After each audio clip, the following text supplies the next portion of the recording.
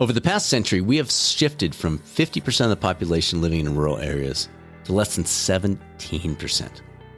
Currently, less than 50% of us spend 5 or more hours total outside each week, with a large percentage of that group being under 3 hours a week. Does it matter? Big time. And with each passing year, the research is bringing more and more data to the forefront about why it matters. Our guest today is on the cutting edge of that research. Welcome to the Catalyst Health, Wellness, and Performance Coaching Podcast. I'm your host, Dr. Brad Cooper, co-founder of the Catalyst Coaching Institute. Today's guest is Professor Jay Maddock from the School of Public Health at Texas A&M University, to go along with honorary professorships at 2 universities in China.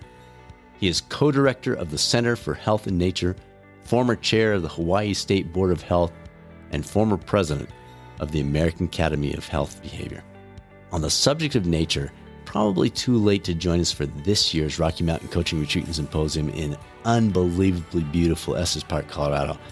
However, a little hint here, we generally open up what we call a super early registration discounted rate from October through the end of the year. So if you're hearing this during that time and you're somebody who plans ahead, that's your chance to really get a great discount and lock your spot in. If you're not yet a credible health and wellness coach but would like to look into that option a little more, please reach out to us. We can share details with you, walk you through the upcoming schedule, results at catalystcoachinginstitute.com, or you can tap into the website anytime, catalystcoachinginstitute.com. If you're an employer looking for ways to effectively support your employees' lives and mental health in the coming year, we'd be happy to discuss how integrating nationally board certified coaching into your current wellness or benefit plan might just be the answer you've been seeking. Now, it's time to take a walk on the wild side with Professor Jay Maddock on the latest episode of the Catalyst Health, Wellness, and Performance Coaching Podcast. Dr. Maddock, it's a privilege. We've touched on this subject with so many of our guests over our, 230, 240 episodes, but today we get to dig in deep. So welcome to the show. Thank you so much. I'm so excited to be here. Let's start by setting the stage, maybe a 10,000-foot view on the effect of nature on this broader topic of health and well-being. What's going on here? Yeah, it's one of those crazy things. I did my PhD work back in the 90s, and we talk about all the stuff that we talk about, right? Eating healthy, exercising, not using substances in excess, that sort of thing. And, we never really talk about nature. And I think in the last couple of years, we've had this awakening, right? Is that people are supposed to spend time in natural environments. And so they start running these experiments and they take people out and you take a walk in a green area compared to a walk around a gym. And they find that your blood pressure dips and your heart rate variability goes up and your mood increases, right?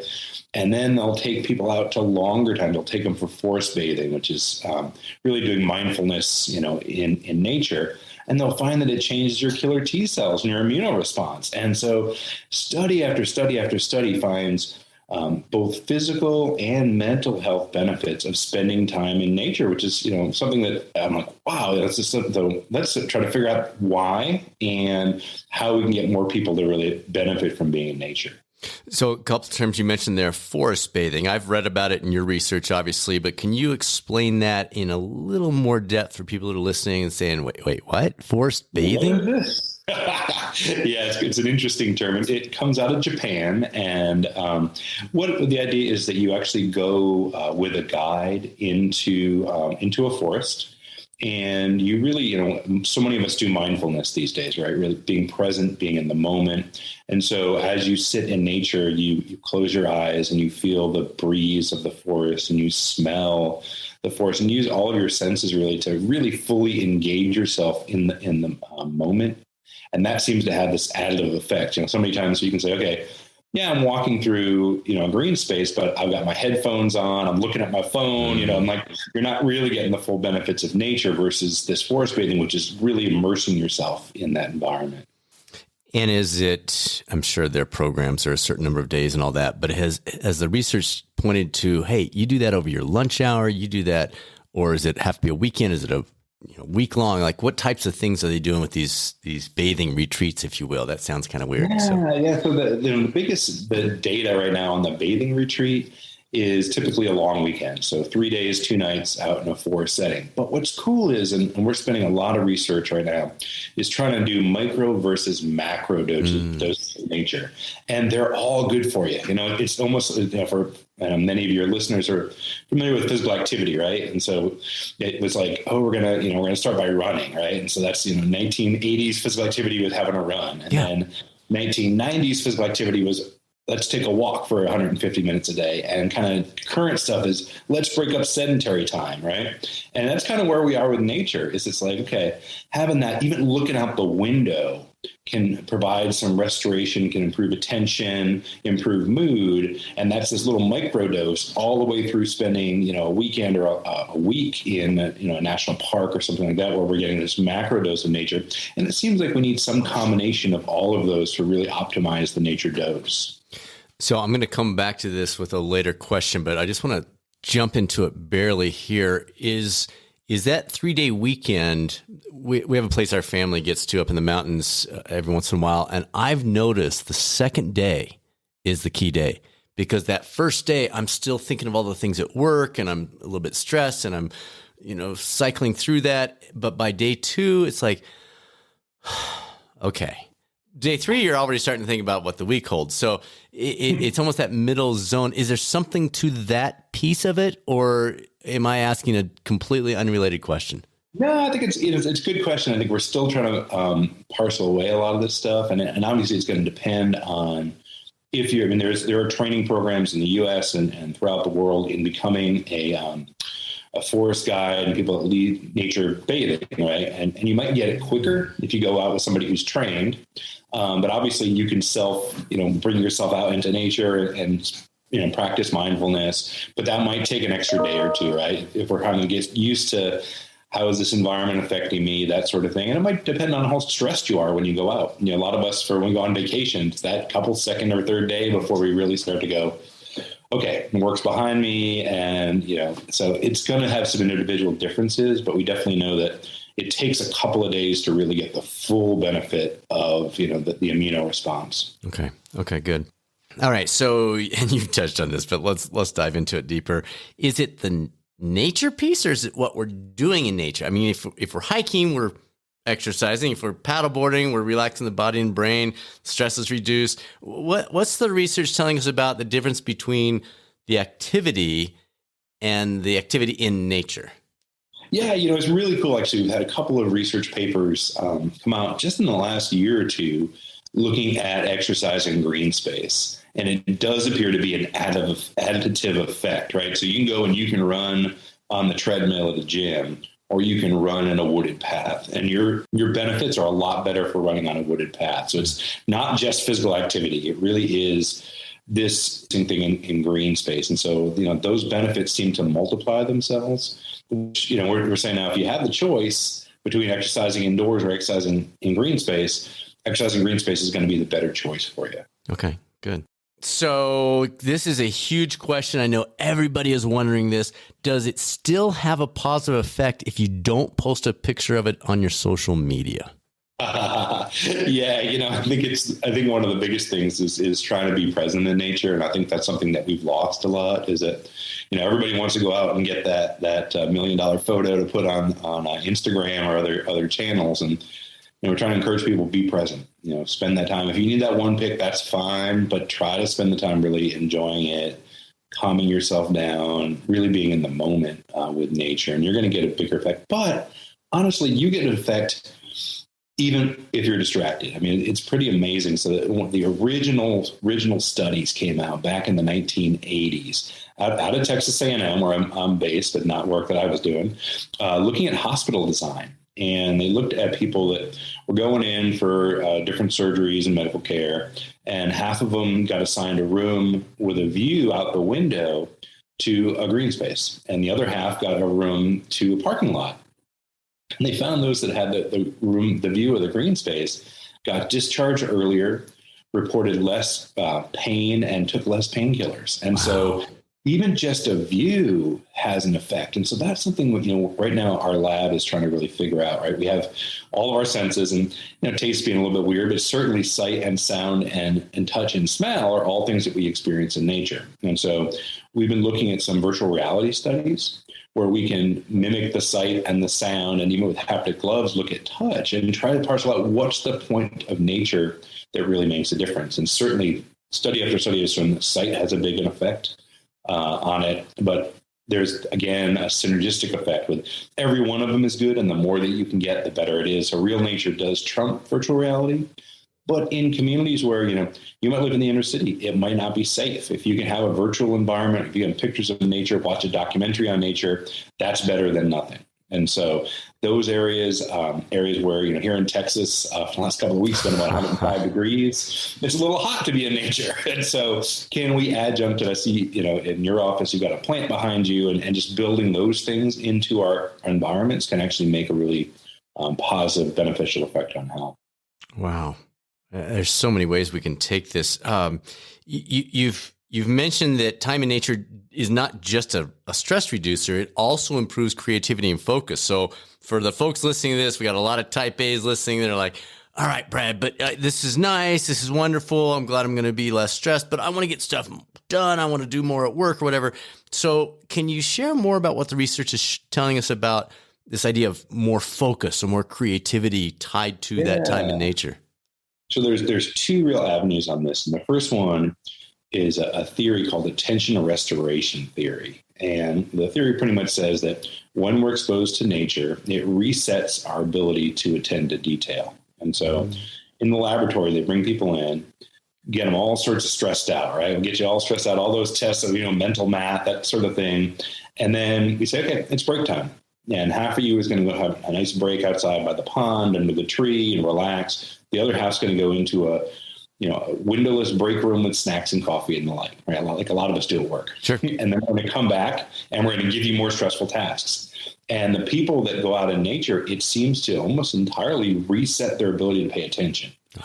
Versus those that go to the break room, it's like, oh, you're right back in, where you were after a few minutes. And so, for people in work sites, we're really encouraging folks, hey, if you have that break at lunch or during the day and you go take a walk in green space, it's going to help you be so much more productive in the afternoon because you've just reset your mind, which is super cool. And the other part, what they've done is they've taken folks similar design, but they've given them creativity tasks, right? And so, here's a box and a pen and give us all the ideas you can give for this, and people give ideas and then they'll take the break in one of those two spots and then they'll bring them back and they find the people that were exposed to green space have a lot more creative ideas after being exposed to green space. And so, creativity is always tough to manage, especially outside of a laboratory.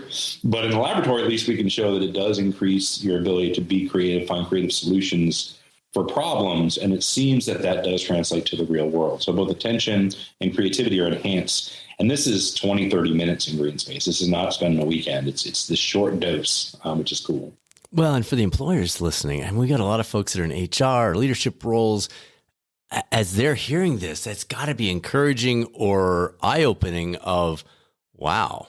So, because a lot of people, I don't know if you run into this, but a lot of people feel like, well, I can't take a break. I need to stay at my desk. Let's eat it at the desk. We don't have time for this. Got to get as much done as possible. And you're saying, yeah, but that reset allows you then to, that is so interesting. You mentioned something called the biophilia hypothesis in one of your presentations. What is this thing, this confusing word, biophilia hypothesis, and why does it matter? Yeah, so this comes out of E.O. Wilson, who's a longtime, well-noted professor and biologist, passed away end of last year. And what he had said really is that humans are intricately tied to nature, right? Is that we are meant to be in nature, and we remove ourselves from natural environments, bad things happen, right? And so if you think about where the world is now and just how much we've changed, even in the last 20 years, it's really amazing, right? So I think the two of us are about the same age, and growing up before phones, before cell phones, we play outdoors, mom locked the door and had a big old bell that she'd ring when it was time for dinner because she had no idea where we were. Right. Totally. And now, our kids are on devices all day. And so it's become more and more that, kids through adulthood spend less and less time in nature. And it seems to be having this negative effect. And, we see things like the obesity epidemic, right? And we have, and I'm guilty of this too. We said it's physical activity and it's nutrition, right? And we're going to work on physical activity and nutrition, and we do it and we do it and we do it, and we don't see a big change in the rates. And we go, what happened? I think nature might be the missing piece, is that we need to really get people reactivated into nature. And you see things like the gut microbiome changes when you play in the soil, right? For those of us who grew up playing in soil, it's like, that gets in and that changes, your gut microbiome. It's still early days, but they can definitely see the gut microbiome changes that may help prevent obesity. We don't know yet, but it's a line of inquiry that certainly we're going on. When you're in natural spaces, there's a whole bunch of research, a group out of Scotland that I just spoke to, doing work in green schoolyards. And so they're taking these playgrounds, right, which a lot of, we got into safety, right, really into safety. And so now everything's like manicured and, and bouncy materials and all that kind of stuff, but no nature. And they find when they put in plants and they put in areas where kids can play in the dirt and the like, is that kids have fewer fights, which is really interesting. And they're more physically active. So increasing physical activity, reducing fights, increasing mood, a lot of benefits of just from the time we're real young through adulthood, from that nature exposure. That's interesting. Now with we just had Dr. Chris Lowry on recently, and he talks a lot about gut microbiome. He's out of University of Colorado. Your history, you spent, I can't remember, 16 years in Hawaii, and now you're in Texas. Is that approximately right? Yes. What about for you? I mean, Texas has some beautiful places, but it is diametrically opposed in terms of outdoor types of things to Texas. What have you noticed for your own life and stress levels and the way that you've shifted your integration? Maybe it came naturally in Hawaii. Maybe you've had to be more purposeful now. But what about that for people that have maybe moved from one to another? What have you seen for yourself? Yeah, that's a great question. And, Hawaii is a special place, and you really don't realize how integrated you are into nature. So I lived in a valley called Kalia'o Valley, which has one of the best hikes on the island of Oahu. And I would do it every single weekend, usually about 3 times a week, just take my dog up there. And the ocean, you could see the ocean from the house. You spent your weekends, hanging out at the beach. You were immersed in nature all the time. And I moved here to College Station, Texas, which one of the things about Texas is more than 90% of our land is in private landholders. And so there's often not a lot of public land for public use and hiking and the like. And I could feel it, I could feel just that the lack of kind of integrated green space, increased stress levels, my blood pressure go up. And, it was like, wow, what is this? And really, as I started looking into the health and nature literature, and as we put the Center for Health and Nature that I run now together, I was like, gosh, I got to do something personal for this. And so my friend and I got together during COVID, and I'm like, I want to start a hiking club. And she had been a marathoner. And she's like, she goes, the best thing about running a marathon after was I got a cheeseburger afterwards. So we're like, okay, well, what's the reward for hiking, right?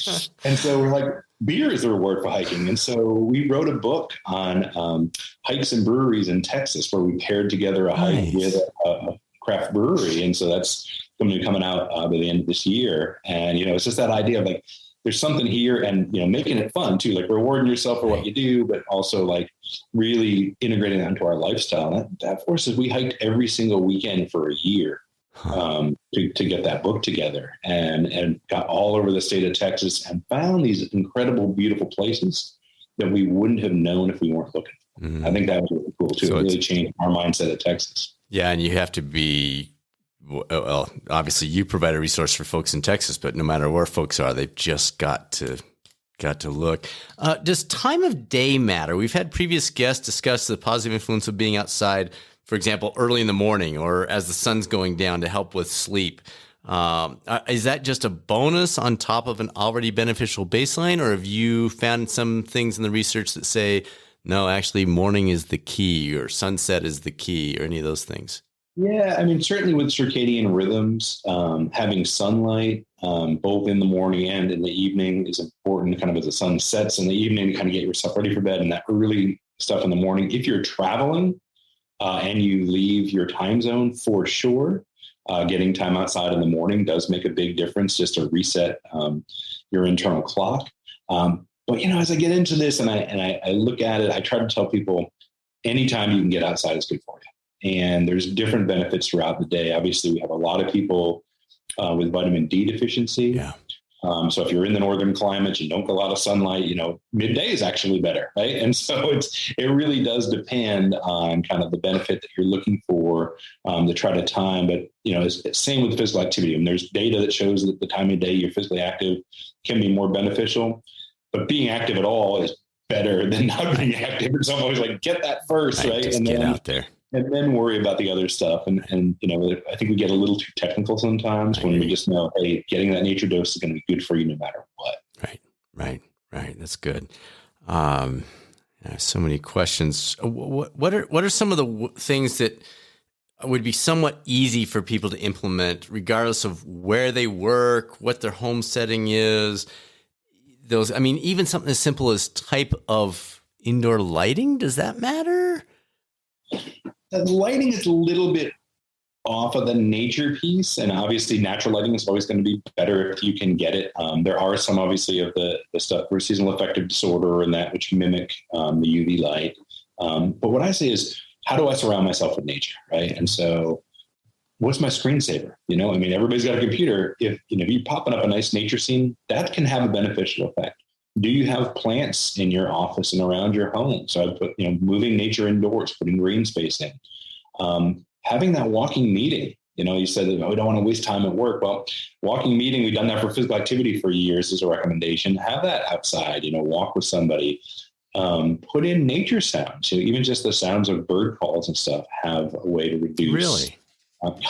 Yep. Reduces blood pressure and stress. And so there's some really good apps out there that you can find. You can even, for those of you that use white noise or something with sleeping, you can find the ocean sounds or forest sounds. Those can have a beneficial effect. So there's so many ways to integrate nature. And there's a program in the UK called 30 Days Wild, which has 30 different tips to get yourself into nature throughout the month. And so we're working right here with our extensions or our county extension office to develop a new program that's going to be a bingo card for getting different nature experiences and just ways you can build it in with families, especially communities that are high at risk, how they get more into nature, and everything from visiting a state park to having a bug hunt, in your neighborhood. So just ways we can get folks to spend more time in nature. I love that. You mentioned the walking meetings. I used to do walking interviews when I was in my former life, an executive role. And it was so funny because our receptionist person would come in for the interview, and I'm physical therapy. So you got a somewhat active group to start with, but the person would come in and they'd sit down and she'd look down at their shoes and say, "Are those comfortable?" And the person doesn't know the walking interview is coming. So they're kind of like already, anyway, it was quite humorous. It seems like I've seen you talk about plants, even artificial plants can be impactful. Did I mishear that? Is that a thing? Same way that, that a screensaver can be beneficial as artificial plant can be. So if you are not a green thumb and you kill everything you put in, artificial plants can have a benefit. Now, again, it's parceling it out, right? That's giving you pretty much just the site, right? And there are other things from the smell and stuff that you're going to get that are beneficial, and possibly some compounds coming off of the plant that's real. But if you can't do it and you're going to kill them, artificial is fine. It's do the best with what you've got and the best that you can do to integrate anything green into your spaces. So is that one of your guidelines? Try to integrate as many of the touch, taste, see, feel the breeze hitting you, are you trying to do as many of those as you can within what you've got? Is that some starting point advice? Yeah, I think that's one of the biggest things. It's interesting because having been a physical activity researcher, I say, kind of where we are with nature is where we were with physical activity in the early 90s. We knew it was good for you, but we didn't really have a dose figured out yet. And that's kind of where we are now. Like we can show, okay, this gives a beneficial for this amount of time. This does this, but we can't recommend like it's this many hours a week is going to change your life. Right. And it's sure that more is better. And so the more ways that you can integrate, the more you get the benefits of nature. Yeah, there's probably a ceiling to this. It's probably not like if I go out and live, off the grid, you get some huge benefits, but definitely up to the, 5-6 hours a week, plus some long weekends here and there does seem to have additional benefits with it. Well, and speaking of that 5 hours, during your introduction, I talked about the information you shared about 50% of the population spend a total of 5 hours a week outside, and most are under that. Most of that 50% is more in the 2 to 3 hours. Talk about that a little bit. Is that historically, that has not been the case because obviously urban versus rural and farmers versus more working in the city type thing. Walk us through some of what you found with that, because that seems to be critical to this conversation as well. Yeah. So, the natural trends are moving us indoors. And I think that's something that's really interesting is if we go back to 1900 and we look at the rural versus urban population, 100% of the growth in population in America in the last 100 years has been urban. So there are the same amount of rural people in 1920 as there are today, which is crazy. Wow. It's like we've just, it's been all urban growth. And throughout the world, we're seeing these mega cities and we're seeing more and more people being urbanized. And then, of course, the advent of air conditioning made a huge difference, right? If you were out in Texas in the summer, you didn't have air conditioning. You were finding a place under a tree to sit if the house was too hot to be in. And now we're like, oh, it's nice and comfortable inside. I'm going to spend all my time inside because it's too hot to be outside. Right. Or if you're in the north, it's too cold to be outside, right?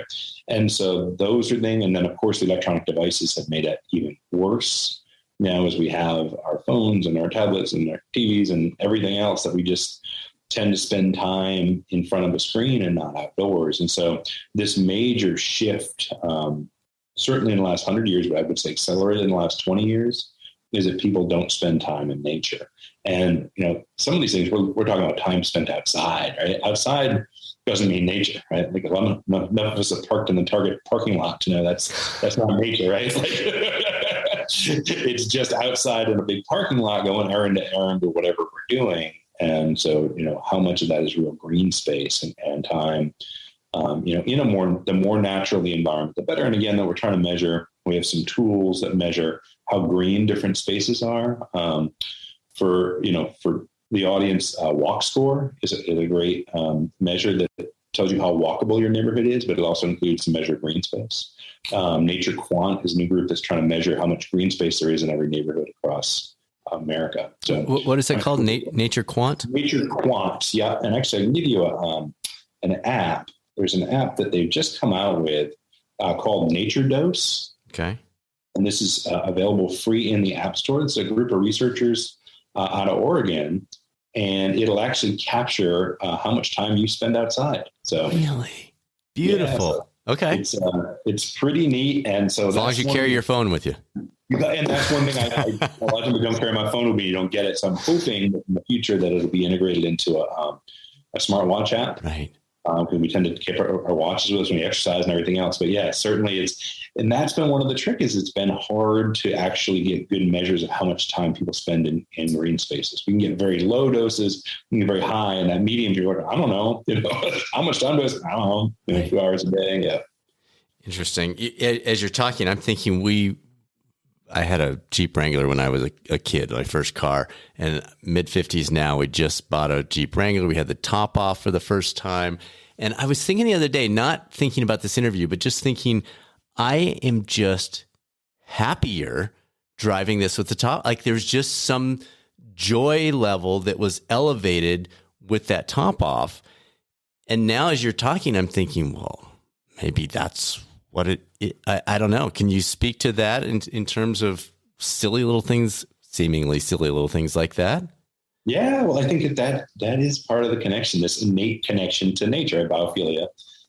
where it makes us happier, right? And just that mood is one of the ones that's clearly demonstrated in every study, is that when you are connected to nature, your mood improves. And so riding with the top off on your Jeep Wrangler can improve mood. Certainly when we were doing our hiking book, we just were so happy, we're so happy to be out in nature, and every little waterfall that you find or cliff, and you're like, wow, this is so cool. And it really, it's think about, as kids, it's play, right? You're playing in nature, and you can just have imagination and just run around, and just to have that is so freeing and so positive for people's moods. And that's number one fastest thing that happens to change mood. Huh.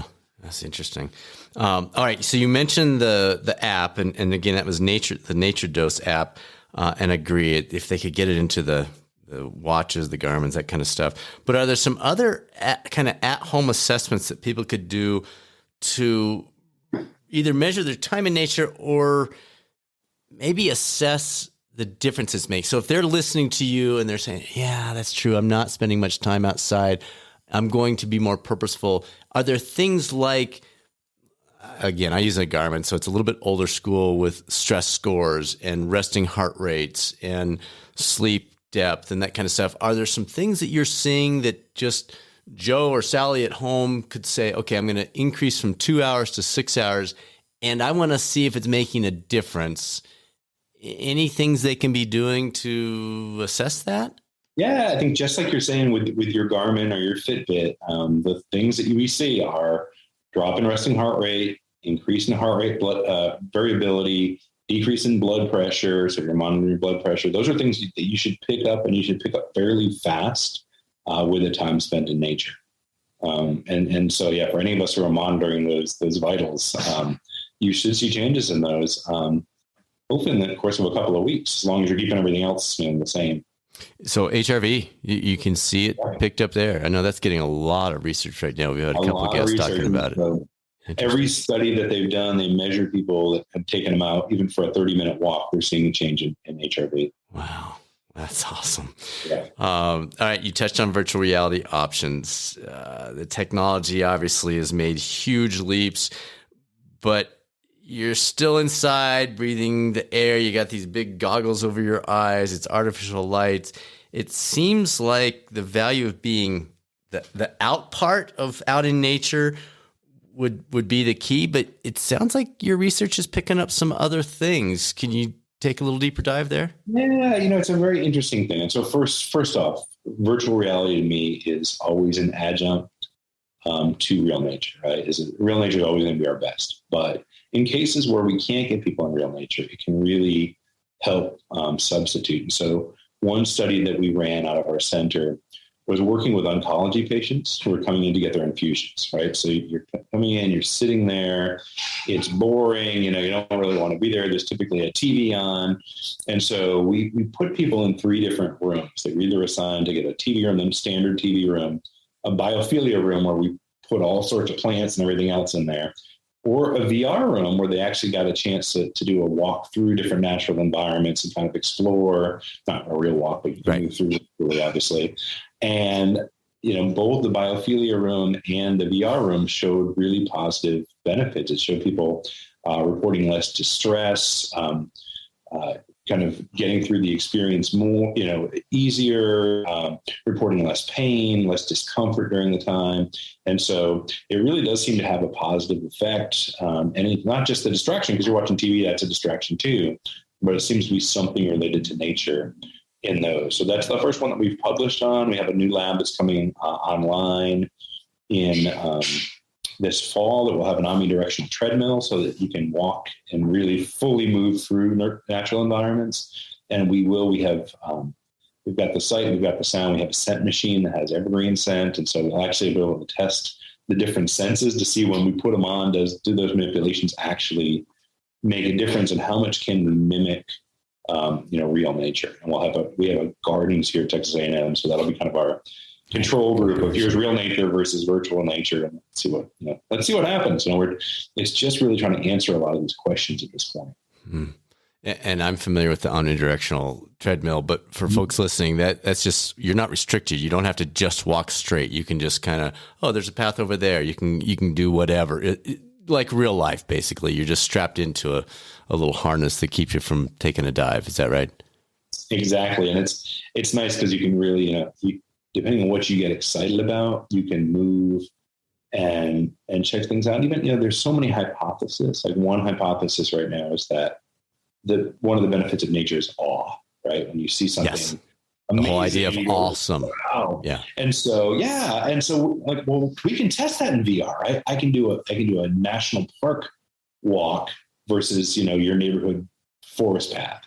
And say, does awe actually make a difference? And I can monitor, well, we have the heart rate variability, and we've got the skin response, and we've got blood pressure all in real time. And so we can actually say, does awe actually make a difference in these things? Well, and okay, so this is going to be interesting to follow. And I know you don't know the answer, so let's just like brainstorm, hypothesize a little bit here. But the awe piece, when we talk about seeing it on a screen or even virtual reality, just seems to be a fake version. I'm almost thinking even a sporting event. I enjoy sports. Football, basketball, baseball. It doesn't matter. But more so when I'm in the setting with family members, like it's night and day. Yeah, it's fun to watch the Warriors Celtics play in their championship series just because they're incredibly talented. But being at a game with the people, with my son sitting next to me, or at the baseball game with my daughter, or whatever, that's a completely different. It's like night and day. How are you? I don't know. Walk me through that a little bit, because I hear you and I'm like, yeah, you can get the smell, you can get the breeze hitting you, you can get the sight, you're getting all the senses almost, but the awe piece is experiential. It's interesting. I think, especially for people that haven't done a lot of VR, some of the awe stuff is, I know, we tested out some of the stuff. My awe was there because it was new for me. Really? And I was like, whoa. And, we were zooming over some of the different national parks. We're going to Zion and some of these other things. Now, is it the same as being in Zion? Probably not. But did it have a sense of like, wow, this is super cool? Yeah. So, interesting. We were our best, because the thing is, like, I can't get you to Zion in a research study and get you to your local, thing and try to. So, we're trying to figure that out, and it's an interesting question, and I don't think we know yet. And, there's also, I think, in national parks and other areas where there's awe, there's also fear. And so we just published actually it's coming out, it's been accepted, it'll be coming out soon, a paper on attitudes towards time spent in nature. Mm-hmm. And we were expecting to see positive attitudes and negative attitudes, right? And so did some statistical analysis, and we ended up with 3 factors. So we got the positive, the negative, but we also got this big factor on worry about nature. Really? And it was concerns. I'm concerned about wild animals. I'm concerned about bugs. I'm Snakes. Concerned about safety, about clean restrooms. And it was really the people that were not spending a lot of time in nature that really had a lot of these concerns. And so that's something that we're looking at now, is we're like, there's a large population doesn't go out, and there's fear, right? And so how do we adjust some of these? How do we teach people to go to, hike in a national forest, sure, or camp if they've never been camping before? Because if you got a group of parents that were never raised on nature, it's hard for them to get their kids into nature. And so we're really trying to work on how do we do that. And certainly in disparate communities, you see less time spent in nature. Dr. Maddock, that's huge. Like, I wasn't going to ask you about that. So thank you for bringing that in, because I'm thinking all the health and wellness coaches that are listening to this, and they're trying to encourage, or somebody says, I don't spend much time outside, and they've heard you and they're like, oh, well, it's super valuable, blah, blah, blah. We're not even thinking about the concern piece. That's huge. That's fascinating. Very interesting. What do you remember the numbers on that? Was that a third of the population? Like, where did that come in? Yeah, with about a third of the population that was concerned. And so one of the programs that we've got right now, we have a underserved school that we're working with, where we're doing a family hiking day. And so we're actually encouraging people, giving them free passes to a state park. They get there, they have a park ranger that talks to them about nature, leads everybody on a guided hike, talks about what you need to bring when you come on a guided, when you come on a hike on your own, and really kind of does that introduction. So I think we need more of those introductions. And here at A&M, we've done a couple of Camping 101 workshops to teach people how do you get a reservation? What do you need to bring? Here's how to set up a tent. How do you cook on a fire? Because if you don't know those skills, it's hard to learn them, especially in adulthood. If you weren't in the Scouts or another way that you would learn, if you're camping, your family did it. It can be intimidating for folks. I think this is the most valuable part of the whole interview. This is huge because I'm thinking of, you mentioned exercise in the 80s and early 90s was a big emphasis. And you have things like park runs in the UK or the family 5Ks here in the US that are masterful because instead of being like, well, I don't know how to train, I'm not sure I can finish. It's like you got people out there with strollers and you can walk if you want. And then people do that and they're like, that was super fun. Like I didn't care about my time. I just had fun. And maybe I do want to think about that half marathon, like kind of a real race, if you will. And you're saying exact same thing with nature. It's not because it's not available. It's not because I don't have time. It's because I hate snakes. I don't like bugs. I'm worried about when does it get dark and are there going to be cars there and can I bring my dog or can I not? And this is awesome. This is awesome. Is there any other research stuff that's on the horizon that the listeners are going to say, what, that you're seeing out there that you'd love to kind of put out in the public eye right now? So I can tell you one of the studies that we just completed, which is hopefully will be accepted for publication soon. So this is a preview. We have a project with the Houston Parks Board. So Houston, major city, has not historically been known as a place for green space, right? It's an oil capital. Right, cement city. And they put in 150 miles of linear trail throughout Houston called the Bayou Greenways Project. So we have all of our bayous, which were kind of in need of repair and obviously for flood mitigation after Hurricane Harvey. And so they took those, they put in trails, goes through all these different communities through Houston. We saw for the communities that got a trail, started back in 2010, a reduction in hospitalizations for cardiovascular disease, for obesity, and for other conditions. So it's a real effect on population health when we do this. And so this work, I think, it goes hand in hand with conservation and restoration. I think that's important too, is if we don't have nature, we're all beyond VR, and that's not what we want, right? And so we do need to make sure that we preserve natural environments to make sure that this is there for our benefit as well as the planet. So I think that's an important piece to always remember. And you said a reduction, and I won't hold you on the number here, but was it 1.5%? Was it a real reduction? Because that's huge. Like that allows us as taxpayers to say, yes, let's do that, because it's not just for the cyclists out there or the runners. This reduces our healthcare costs, which is 21% of the GDP right now. So I'll give you the numbers. So we had zip codes that had 30% or more of the population living within a 10-minute walk of one of these Bayou Greenway trails, had a 93% reduction in obesity-related emissions, 77% reduction in ischemic heart disease, and 71% reduction in heart attack emissions. So yes, big factors. And, if we can do it in Houston, we can do it anywhere. I think that's Houston got on board and did this, was visionary. And I think, it's a challenge for other cities across the country.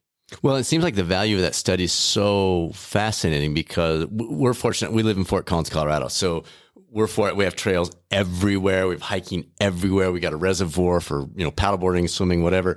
It's just part of the culture. So comparing Fort Collins, Colorado to Houston does you zero good because it's a different universe. But you're saying Houston, if you're within a 10-minute walk, Houston, not Houston, this salary, not Houston, this age. We're saying Houston, 10-minute walk. That is so interesting. Well, keep us updated on that. That's really, really cool. Any final words of wisdom, stuff that I haven't teed up here, things you want to get out there that we haven't talked about yet? Because this is such a key topic for so many people. Again, just to remind folks, he's couching this, and I think very appropriately, as the next phase. So we had exercise emphasis, we had nutrition emphasis, we combine them, exercise and nutrition, and this is maybe the missing link to allow those first two to really provide the results that we thought they would in the first place.